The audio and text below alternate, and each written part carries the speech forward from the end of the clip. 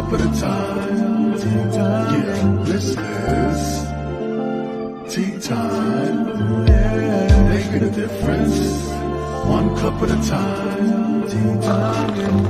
So be sure to grab your tea, grab a seat, and tune in to Miss Liz. Tea time, making a difference, one cup at a time. Tea time, yeah. Tea time, time, time.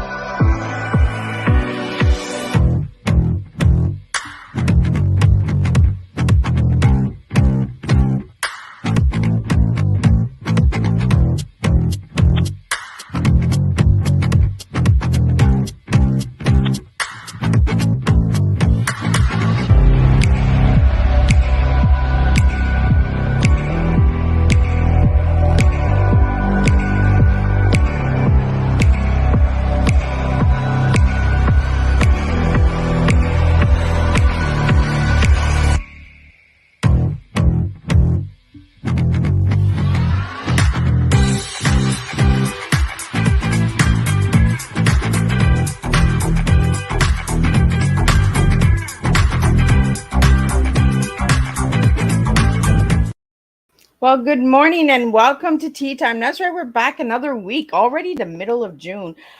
Who knew that we would get all the way over to June, right? We're almost at number 70 for Tea Times this year, and we're only in June, so we still have another half a year to go. So, yeah, we're just flying by with Tea Times. But this morning, I have the founder and creator of ElderDog Canada. That's right, Audrey Cole is here, and she's sitting in the back studio. So we're going to do all the good stuff. We're going to do the disclaimer and a little bit of bio and a little bit more on elder dogs. And then we're going to sit back and we're going to spill a good, strong TEA. So don't forget to grab your breakfast. It's morning time, so eat your breakfast. It's very important that we eat our breakfast so that we can have a good, strong day.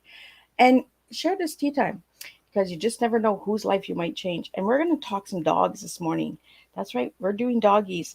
And we're going to talk about the connection and the companionship of how much it's important to just really just have that good friendship.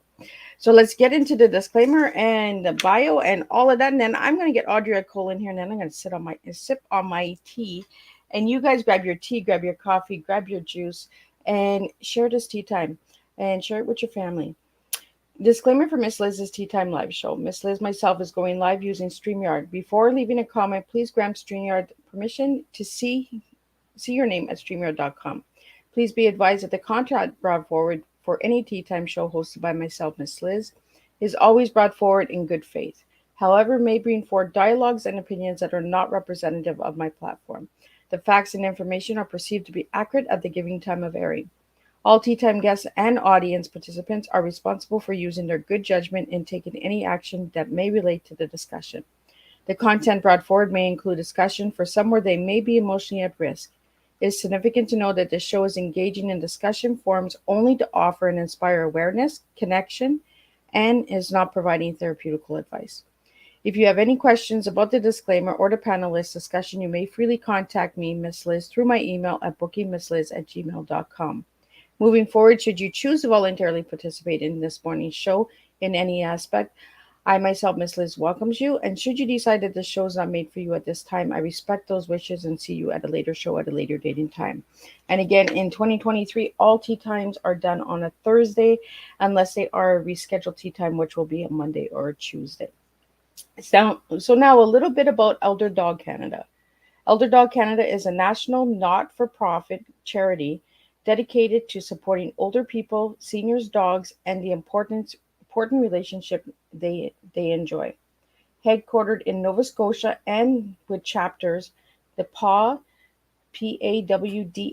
in 8 provinces, more than 3,500 volunteers carry out the work of elder dogs. Our no-fee service includes providing older adults in-home assistance with basic dog care, finding new homes for older dogs who have lost their humans due to illness, death, or relocation, helping seniors find a mature canine companion to grow old with, and supporting research and educating the public about the important role of the dogs in seniors' lives. I'm gonna get Audra in here and we're gonna spill some tea now, and then I'm gonna get the questions and all that good stuff. So again, share this tea time, ring that bell, subscribe to the channel, and you'll be notified when all of these tea times are live. So let me get Audra in here. Welcome, Audra. Welcome. Thank you very much. It is an honor to have you here. Could you share a little bit on the story on how Elder Dogs started? Sure, I will. So I am as a career, I'm a university professor, and so I do research as part of that work. And I was doing research on caregiving and dementia, particularly interested in what care looks like for family members who are caring for a loved one. Program of research that took place over about 8 years. And my research partner and I traveled across the country talking with people about caregiving. And we asked them to take photographs of what care looked like. And we asked them if they could represent care to them as in the form of a symbol or an artifact. And one of the things that we noticed in our conversations and in what people shared otherwise was the role of the family dog as part of the care team. And that really piqued my interest because at the time I had a dog, one dog, and that dog and I were volunteers in a wonderful organization called Therapeutic Paws of Canada. And we would regularly go to long-term care facilities and hospitals and visit with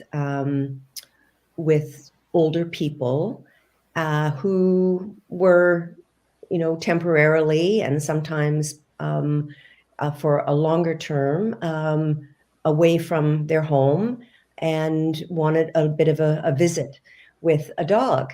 And so my dog Tattoo seemed to have a particular gift for comforting people at end of life. So we focused our attention on palliative care. And we would visit in palliative care units regularly. And I observed him at work, and it was such a gift and such a learning to see what he was able to do, giving comfort and just being alongside someone and even family members at this very difficult time in their lives at end of life. And so those two things kind of came together, the realization of dogs, of the role that dogs played in caregiving, but also seeing firsthand the comfort that dogs provide. And then I had a personal experience where my brother died very suddenly, and he was living on his own with his dog. And his dog, whose name was Mr. Brown, was an old chocolate lab who had terminal cancer. And so I stepped forward and said, Mr. Brown can come and live with me and at that time I had 2 dogs. And because I could take care of him. And so he did come to live with me. And as he lived a good 2 years until the cancer took his life. But during that time, I watched him in his illness just thrive and, do everything that he could do, to be the dog that he wanted to be. And as I was observing him and caring for him, I used to think, wow, what would happen to the Mr. Browns of the world if no one steps forward to take care of them, if they're left alone? or if they lose their companion. And of course, no one who's looking for a dog in a shelter will line up to take an old and ill dog. So we know without too much thought what happens to old dogs, and particularly ill dogs. So I thought, boy, that's, I have to do my part in not letting that happen. And as a university researcher, I felt that I was in a place where, in both my personal and professional life, where I had a responsibility to make a difference. And the coming together of those three experiences or awarenesses really formed ElderDog. And it was almost as if ElderDog was there waiting for me, and all of a sudden it presented itself. So I thought, okay, ElderDog is going to be it for me. I'm still a university professor. I still work full time, but ElderDog is my other full time work, and that's how we got started, and haven't looked back. So, Audrey, you had mentioned the Pelicare, the hospice, and that just clicked in my head. We never think of the animals. When people are in hospice, what happens to their animals? How did you find out that was a place to start with tattoo? Well, when tattoo came into my life, I quickly realized, his temperament, his personality, his character, his demeanor was such that he had a lot of good to do in the world. And so I did a little bit of research on different services that dogs are involved in. And I came across this organization that I mentioned, Therapeutic Paws of Canada. And I contacted them and became quite involved in the organization. And then that's how Tattoo and I got started. Yeah. And it didn't take long to realize the difference that Tattoo made. I mean, wasn't difference that I make. I just escorted Tattoo. I was just there at the other end of the leash. But since then, I have continued to do research in long-term care facilities, in addition to the ElderDog work. But I've continued to do research on the role of dogs in care facilities. And I spend a fair bit of time in long-term care with dogs, and not since COVID, but prior to COVID. And it's really quite something to watch the joy that dogs bring to people and to staff, because when they're there, it's like a light goes on, and everyone smiles, and it's quite something. And it's particularly interesting to me, and I think observed by many staff and family members as well, what dogs are able to engender in people who have a cognitive decline.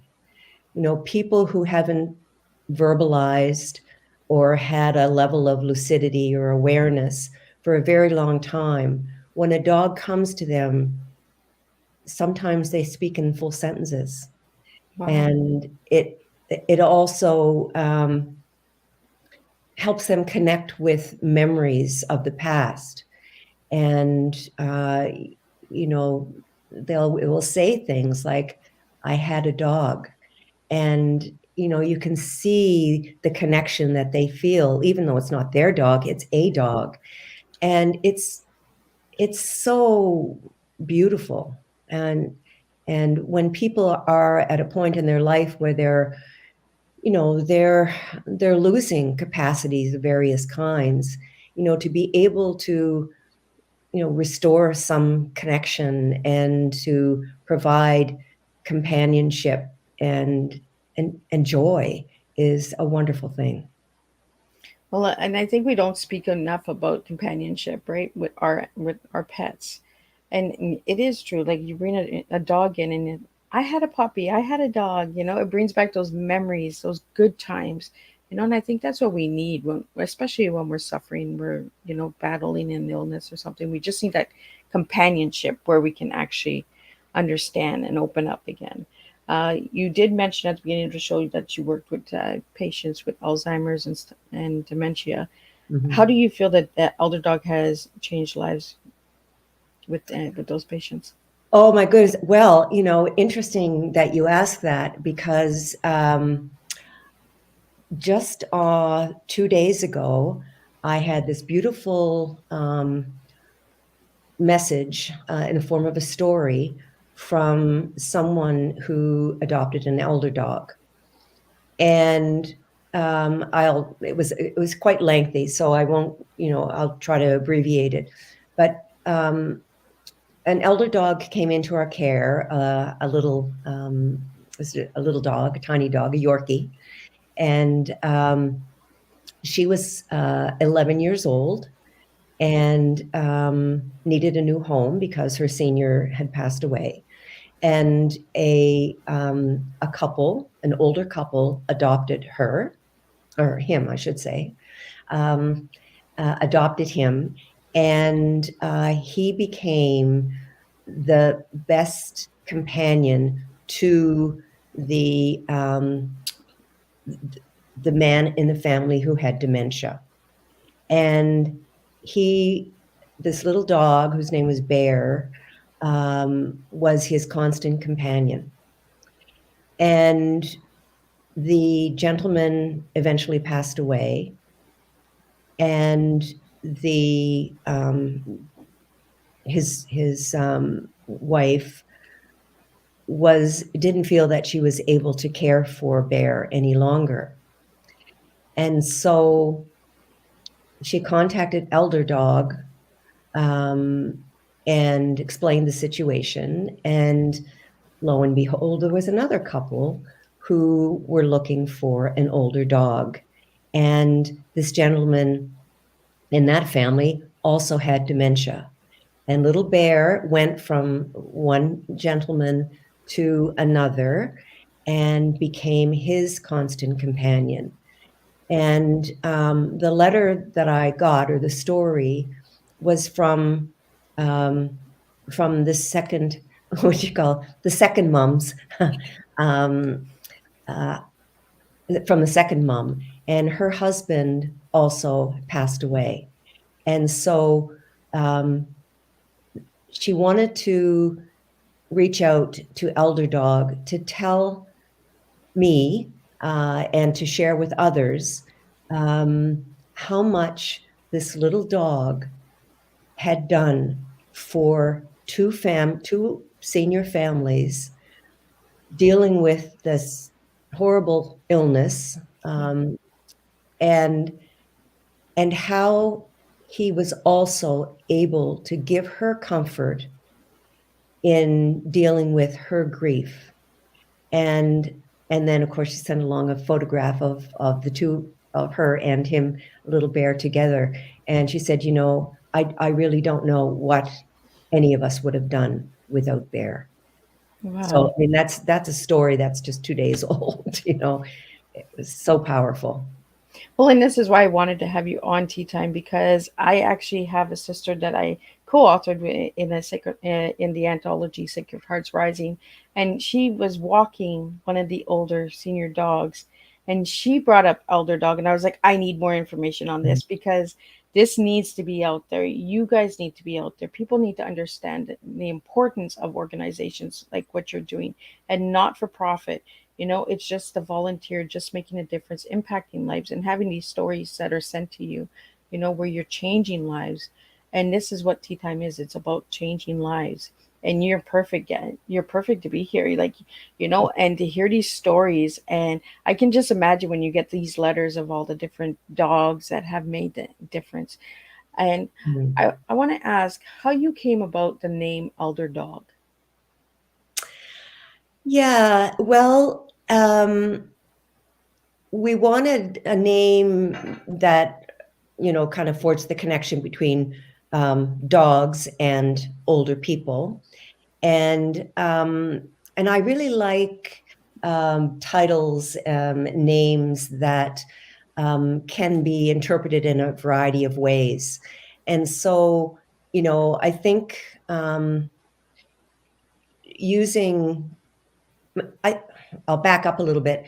I think in our North American society, as in other cultures and societies, many others, senior people can be invisible and not treated very well.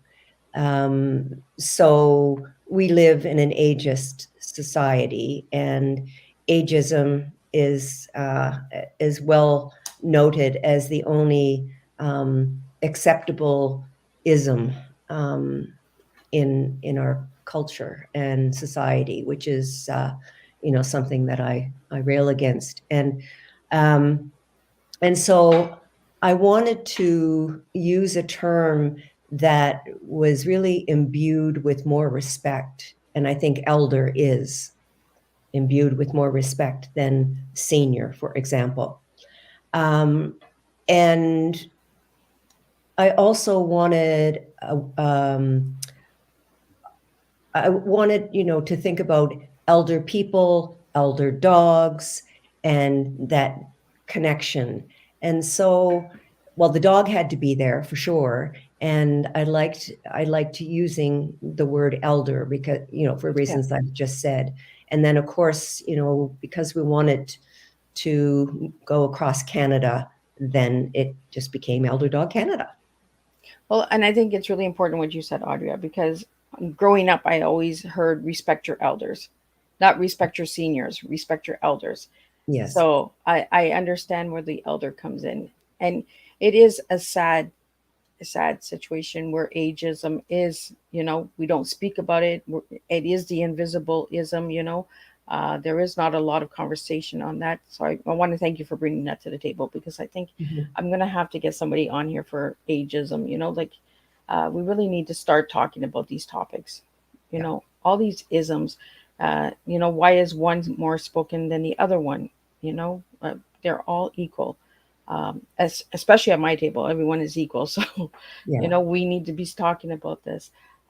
So you did say that it is across Canada, and you did mention that it is in 8 provinces. So what provinces is it in? So we're coast to coast, across the country from Newfoundland, Labrador to British Columbia. And we skip so far, but we're working on it, Saskatchewan and Manitoba.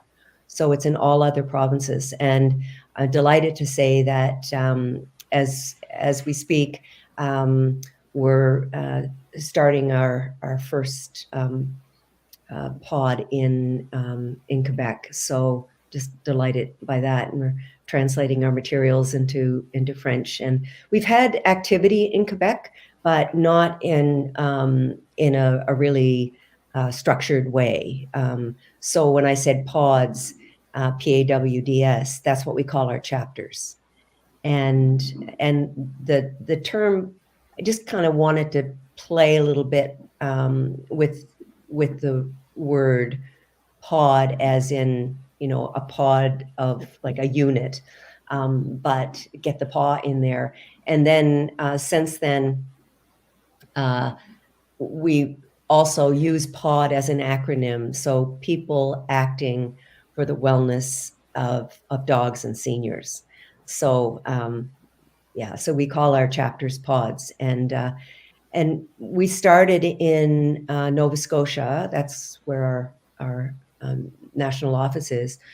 We started with one pod in Dartmouth, Nova Scotia, and followed soon after by one in Halifax, Nova Scotia.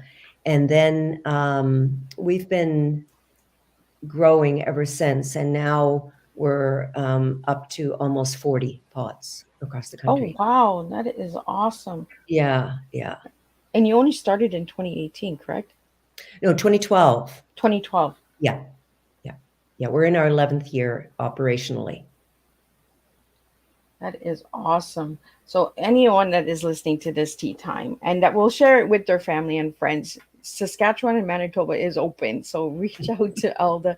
Yeah, yeah, and we really just got to get the companionship. We got to get that footprint and the logo, the footprint and the paw. It really speaks loud, and I like how simple it is. It's not complicated. You look at the logo, you look at the image, and you understand what it means. Yeah. So let's talk about some of the programs that you offer. Mm-hmm. Yeah. So our busiest program is and really captures the heart of ElderDog is our dog care support program, and so in that program we provide assistance in daily, basic care assistance for older adults who are living at home with a companion dog, canine, and need a little bit of extra help. And what that could be, and often is help with exercise, seeing that their dog gets enough exercise. Yeah. And so, dog walking, or even taking older dogs out for what we call sniffaries, where they're maybe not walking too far, but they're sniffing the way along, because that's really good intellectual stimulation. And so we provide that kind of assistance. We take dogs to appointments, grooming, vet appointments. We help with administering, medications such as, ear drops, eye drops, those basic things, nothing technical, but we help with hygiene, if dogs need to be bathed and it's a little bit too difficult for their companion to do that, we help with that. We also provide foster care. If someone has a medical emergency or needs to be in hospital for short term, we'll provide foster care, and then we would also continue the support if during a recovery period, if that's necessary. So that program is very kind of labor intensive, because dogs just don't need one walk a week. They need walks every day or several times a day, depending on the need of the older person. And so we often have teams of people, volunteers, supporting one dog, with their human companion. So that's one program. Another program is our rehoming program, and this is kind of a Mr. Brown situation. So dogs come into our care if they lose a human companion. Either the person has to relocate to an accommodation where dogs are not allowed, which is devastating, or they pass away and there isn't a family member to care for the dog, or they have to just downsize and for whatever reason and just can't take their dog with them. And so dogs come into our care, and typically they're older dogs, and we find loving new homes for those dogs. And it's really interesting because we have waiting lists for dogs. And people come to ElderDog because they want an older dog. They don't want a puppy. They want a dog to grow old with, or they also recognize that older dogs bring with them certain certain gifts, and they've been around a while, and they want companionship of an older dog. And so that's another one of our programs. And another, some people who want a dog, would like to welcome a dog or have a dog, and are thinking ahead to their future and say, boy, I really worry about what happened to my dog if something happens to me. And so we have this program called our long-term care registration, and people can register in that program and provide as much information about the dog, their wishes, and the dog's lifestyle. And then that person can have the peace of mind knowing that if something does happen, the dog will come into ElderDog's care and be placed in a loving home for the rest of his or her life. And then we also do a lot of outreach and educational awareness about the important role that dogs play in the lives of older people. We work closely with health professionals, social workers, people who have regular contact with older people and really need to know that this dog is a very important part of this person's life, and we need to advocate for that. And then, of course, we support research, and I continue to do research in the area of the meaning and role of dogs in the lives of older adults. Well, I think it's really deeply important, right, to keep the research going on, because there's so many things that change in the world, and rules and regulations. And like you said, some dogs are not allowed in certain premises and stuff like that. Uh, do any of the elder dogs do any service work for anxiety or mental health or anything like that? Well, that's a big part of what they do, but not formally, if you know what I mean. Yeah. So as an example, the example I gave before about, this person saying, I don't know what I would have done without Bear. That's a really good example. No, not what you would call a service dog, but certainly providing that service that, is really irreplaceable. And, and similarly going into long-term care facilities, the service that they provide is just being a dog and all that comes with that. Yeah, for sure. And we do support a number of older adults who have service dogs, whether that, for visually impaired older adults or for people with, mental health issues and so on. And we're able to support them if they need that extra help. Yeah, because there is a difference between elder dogs and service dogs. Yes, for sure. Yeah, I just really wanted to get that out there because we had a question, and I kind of just went around another way. That's what Miss Liz does. I just kind of reword it. But yeah, I wanted to make it an awareness that there are difference between elder dogs and service dogs. Service dogs are trained. They go through a lot of training for sensing certain mental illnesses, seizures, stuff like that as well. So that's completely different than what we're talking about today. Yeah, our dogs don't go through any training or certification or anything like that.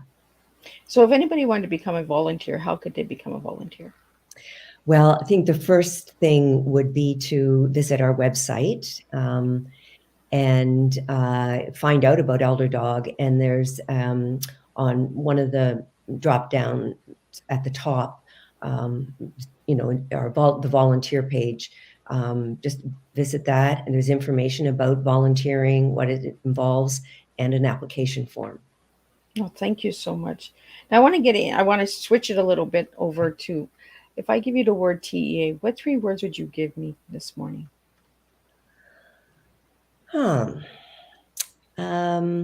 They can be any 3 words. 3 words starting with the letter T-E-A. T-E-A, right. Well, teaching is the first one, because I think, teaching, dogs teach us a lot, and ElderDog is really all about education, teaching, and awareness for sure.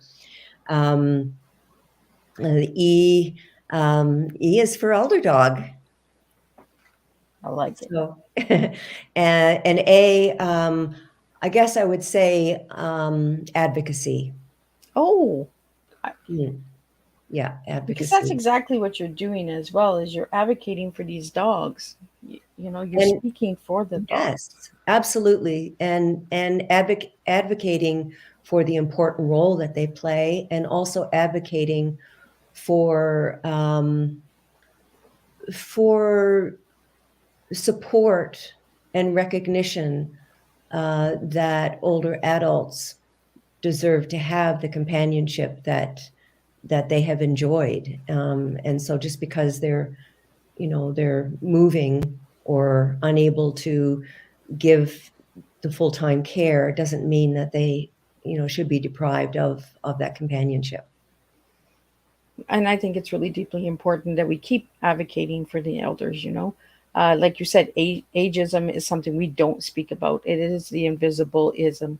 The word that came to mind for me when I did the research on elder dogs was helpful. But I want to ask you, Audra, what word comes to mind for you when you think of elder dog? Compassion. Compassion. Now, you want to share a little bit why compassion? Well, compassion is probably one of our most important values and underlying principles, because elders of any species deserve to be treated with respect and compassion. And, it's so interesting when I engage with the volunteers in our organization, across the country, that how incredibly compassionate people are. And ElderDog does seem to attract a particular kind of individual, someone who brings that compassion forward and recognizes the importance of caring with compassion. And so I think it's really a hallmark of what ElderDog stands for. And I think our society, our whole world is in a not a very good state right now, and I think compassion, I think we have to hang that sign out there, and we have to live compassion and be so much kinder and caring and compassionate to others. So and that's animals and humans and our planet in general. So that's an important word for me. And it is a good word for elder dogs. I'd never even thought of compassion. I just thought of being helpful, making that difference, just taking a walk. Sometimes we take a walk and we look and we see all these dogs, but we never seem to put it in our mind that maybe it's not even that person's dog. Maybe it's somebody walking someone else's dog. Have a little bit of compassion when you see somebody walking a dog. It might not, that might not be their dog. If you see them fussing or, not understanding the dog because maybe they're taking some dogs out. Is there like, I'm going to think of the right word to say here. When you're getting volunteers, is there an assessment that you do for walking dogs and stuff like that for the programs and exercises? Yeah. So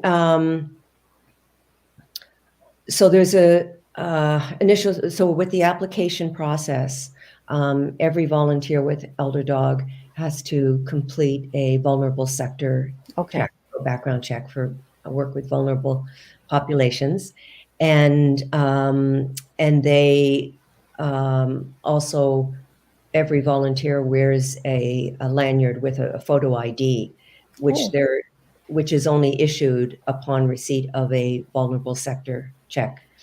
So that's that first part of it. And then everyone, depending on what they choose to volunteer in, there's a general orientation that everyone is required to participate in. And then say in our dog care support program, they would work closely with a coordinator in their pod. And that coordinator would kind of walk them through the various processes and the guidelines that we follow about visiting, about appropriate behavior, our credo, what's expected in terms of their volunteering, and our, dog interaction guidelines. And then we also make available on our YouTube channel and webinars that focus on different aspects of ElderDog and the work that we do. So they're available for people to watch again and again. And then they could focus on things like, understanding a senior dog and what a senior dog needs, recognizing a problem that a senior dog might have, because dogs can't talk and they're very tolerant of pain and so on. And how to work with a dog like that. Also about developing boundaries around the volunteering, because it's very common for people to kind of get caught up in wanting to help, and they can kind of overstep and do things, and it's not intentional, but we operate from a strength-based perspective. In other words, when someone asks for assistance, it's because they can do everything but this little thing that they need extra help with. So it's important to honor what they can do and just help them with what they need a little bit of extra help with, rather than saying, oh, you need this, well, let me just do everything for you, right? And that doesn't do anyone any good. It's not respectful. And so, we have webinars about that kind of thing, because, it's kind of borderline ageist to assume just because someone's old, they're not able to do things. And so that's not intentional, but it is a form of unintentional ageism, which is a thing. Yeah. Which we will be talking about on a different show. Yeah. I think it's an important topic to get out there. We really need to understand that just because someone is aging doesn't mean that they cannot do stuff. They need more help, they need more guidance, but they're still capable of doing things. And that's what I'm getting from ElderDog, is that it really is a support team. It is teamwork. And I'm so glad that you have an assessment, because there are a lot of programs and stuff out there that don't have assessments, don't have guidelines and stuff like that. So I'm really, really happy that you have that in place. I want to talk about, I noticed on your website, you have something about butterflies. So do you want to share a little bit about the butterflies? Because this is elder dogs, and then I see butterflies, and I was like, oh, I want to know a little bit more about these butterflies. Yeah. So we have a partner organization called Friends of ElderDog Society. And so each year, ElderDog partners with our Friends of ElderDog, and we hold a memorial service and a butterfly release for dogs who have passed away. And this is held at our where our national office is located in Nova Scotia. And it's an absolutely beautiful event because it's a safe space for people to grieve the loss of a beloved, usually dog. Yeah. But it's not restricted to dogs, of course. But, you were mentioning grief earlier and grieving.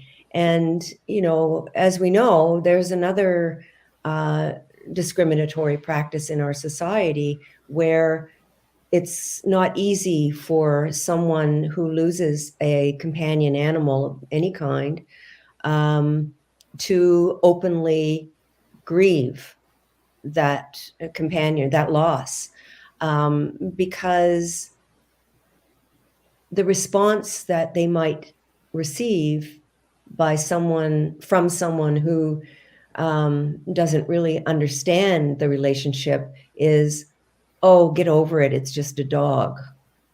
Or, well, just get another one. Or, and so people tend to grieve silently because the last thing they want to hear is that kind of a response and have their grief dismissed.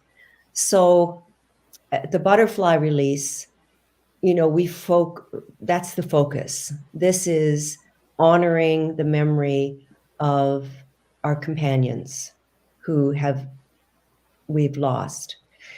The other thing we have also on the property, we have a chapel dedicated to the memory of dogs. And it's called Place to Pause, P-A-W-S, play on words again. And it's a beautiful post and beam construction. It's kind of large-ish building. And inside, and it's open to the public, and inside, the walls are covered with pictures of dogs, and people come and leave a memento. So there's, hooks. People come and hang up a collar or a leash. Some people will come and leave, some memento of their dog, and people can light a candle in memory of a dog.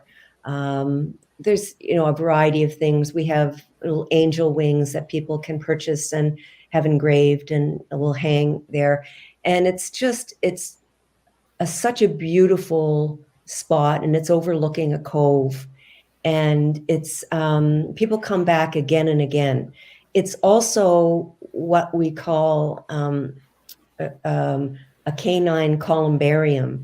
So columbarium is a place that cremains or urns holding cremains are safely stored, right?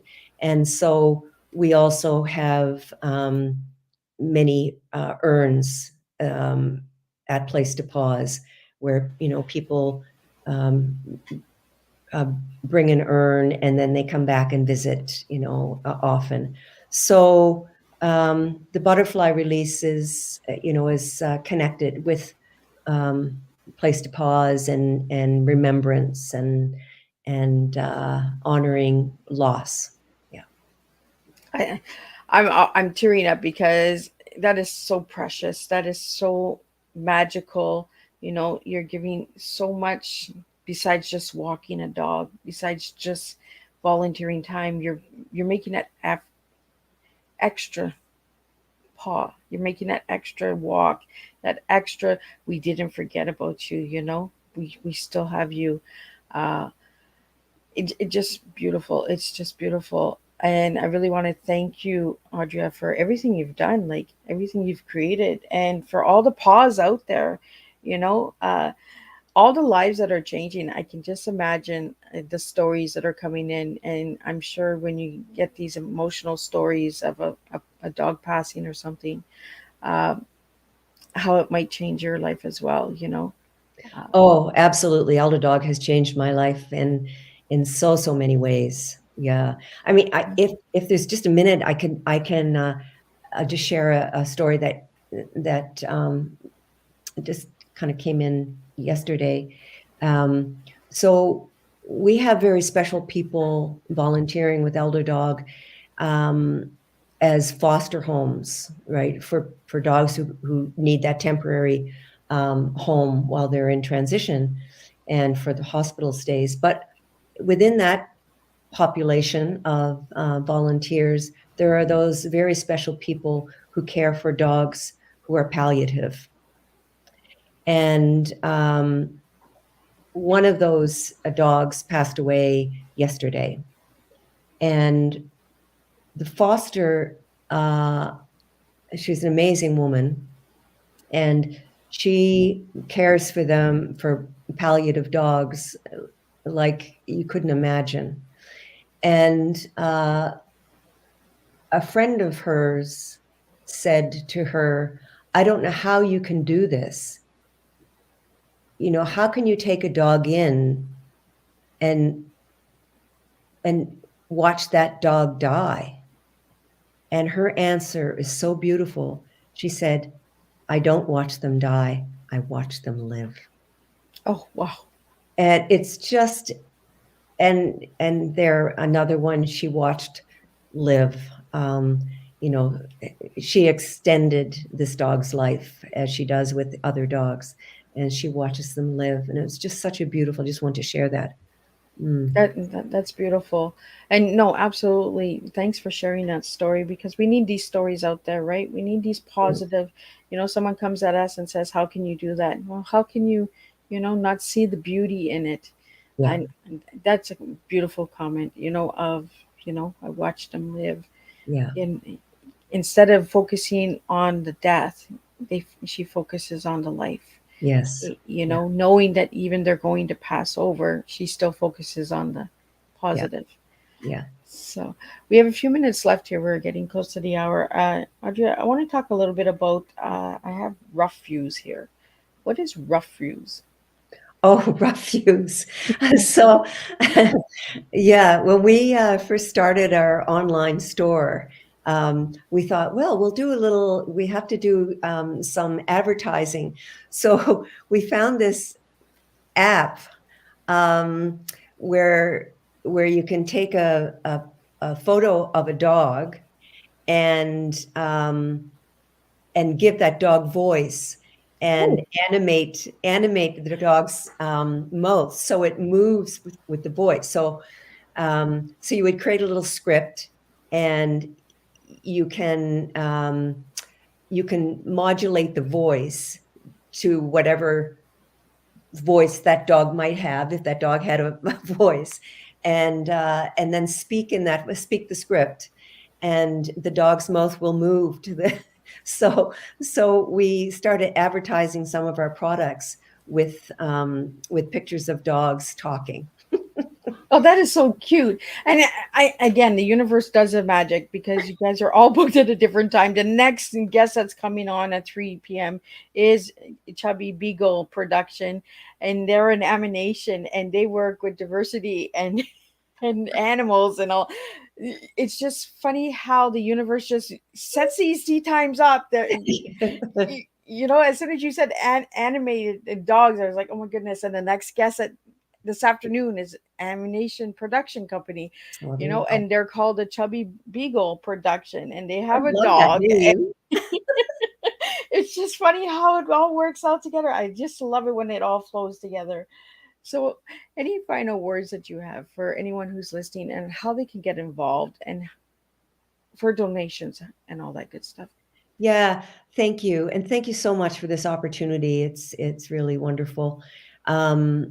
I guess a couple things. We are 100% volunteer run and depend on donations and fundraising in our store to do what we do.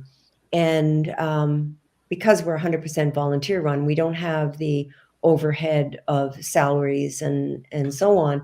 And our biggest cost, almost 90% of our budget, is vet care costs for dogs who come into our care. So I guess the thing that I I really appreciate about this opportunity, and you alluded to it a few minutes ago, is that when people find out about ElderDog, they think one of two things, and sometimes both. A, we're a dog walking service, and B, we're a rescue. And we do take dogs into our care, and we do walk some dogs, but this opportunity has, has been so wonderful to share some of the complexity of ElderDog and how we are just so much more than either of those two things. And so, yeah, I really would encourage people to visit our website, and there's a lot of information there, and consider being involved in any way that you can. Well, I want to really thank you for sitting and sharing a good, strong tea. The teaching, educating the elder dogs, the awareness, the advocacy. We really just have to sometimes have an open discussion to find out a little bit more. Ask those questions. Get involved. You know, before we wrap up, I did notice that you have a calendar. So how does that work for the calendar? Yeah, so each year we have a calendar, put out a calendar, and it's one of our one of our big fundraisers for one thing, but also it's a rather unique calendar in that there's a lot of information about ElderDog, and each feature for each month carries with it photos that really capture the heart of ElderDog, and stories, these beautiful stories that we get to tell, and so each year that comes out, usually around November, and is available through our online store. So we can get the calendar for 2023, correct? Oh yes, yeah, and of course, because we're halfway through it, it would be at a very, very significant discount if you want. And for the people that are out there collecting calendars, this is one that you want to add to your collection.